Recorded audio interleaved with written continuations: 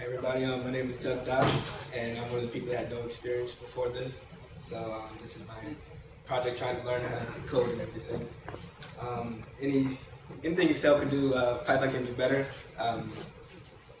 Problem I had was I work with a tech company, and I'm part of the operations of the consulting side, and we have this large report that we create from Excel functions, and it looks like this big, long 10-page report with a bunch of visualizations and graphs and whatever.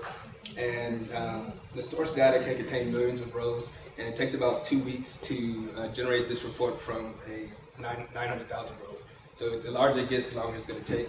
And I said, well, I'm trying to learn how to code, so let's see if I can turn this into Python, because it's just math. I said it's just math. It took me 2 months just to come up with these small functions right here. So I said, there's got to be a quicker way. So I looked online, and I did like the other guy said. I typed in Python Chicago, and Chippy popped up, and here I am. So the Accelerator, the Chippy mentorship. As you see here, this is the result of one of my data frames. That's actually more accurate than the report you generated from Excel. So I started off with these two code line functions right here, and I ended up with a lot of different functions and a lot of different math and algorithms and calculations all in these 3 months to generate the whole report in different data frames. I don't have the front end yet. It took me a while to figure out all of this, and I did a presentation to my CTO just to say like, hey, I've done this, maybe we should turn it into a product. And he told me, why don't you turn it into a product? So he said that I have to add some unit tests, find a bit more algorithms to add to the end, and he wants to see if I can make it stream from the live AWS data and continuously update in real time. So when I thought I was just do a side project, and now I actually have to do all this extra work. What it is, but that is what it is. And I've actually started that process now. So I started with I started Jupyter Notebooks. I moved to Spider because that's what people told me to use, and now he wants me to use PyCharm. So I'm in PyCharm, and those are my unit tests here that actually work and pass. It took me about a week to get unit testing working, and I refactored. That's the term they use, right? Refactor. To work with the unit test and everything, and I'm not done, obviously, because I have to start from the back and make actually production ready. But that's it. It's a bunch of math and actually turning into more production ready code and trying to connect it to AWS. I have what's next. So he wants to add unit test, find more insights, actually learn how to visualize it in a consumable way, and develop a process to do more research as more data gets added to it, and add more insights and more calculations for people to consume. And he wants to know if I can learn PySpark.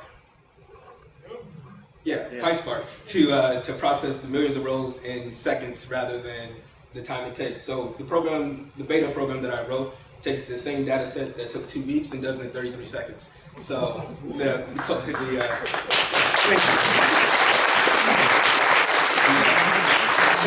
are very happy that I saved them a bunch of effort and time.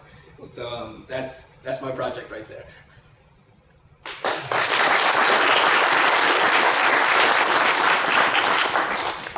Questions from the audience? Did you get a raise at least? So I'm negotiating a profit sharing agreement with Yes. So what was like the straw that broke the camel's back? What initially pushed you to discover Python?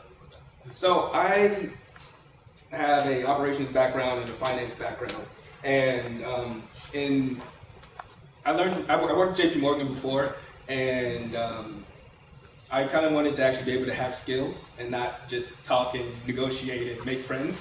So I said, all right, let me learn to code. And it took a while because my day job had nothing to do with coding. And so I was like in the nighttime trying to figure things out and direction myself.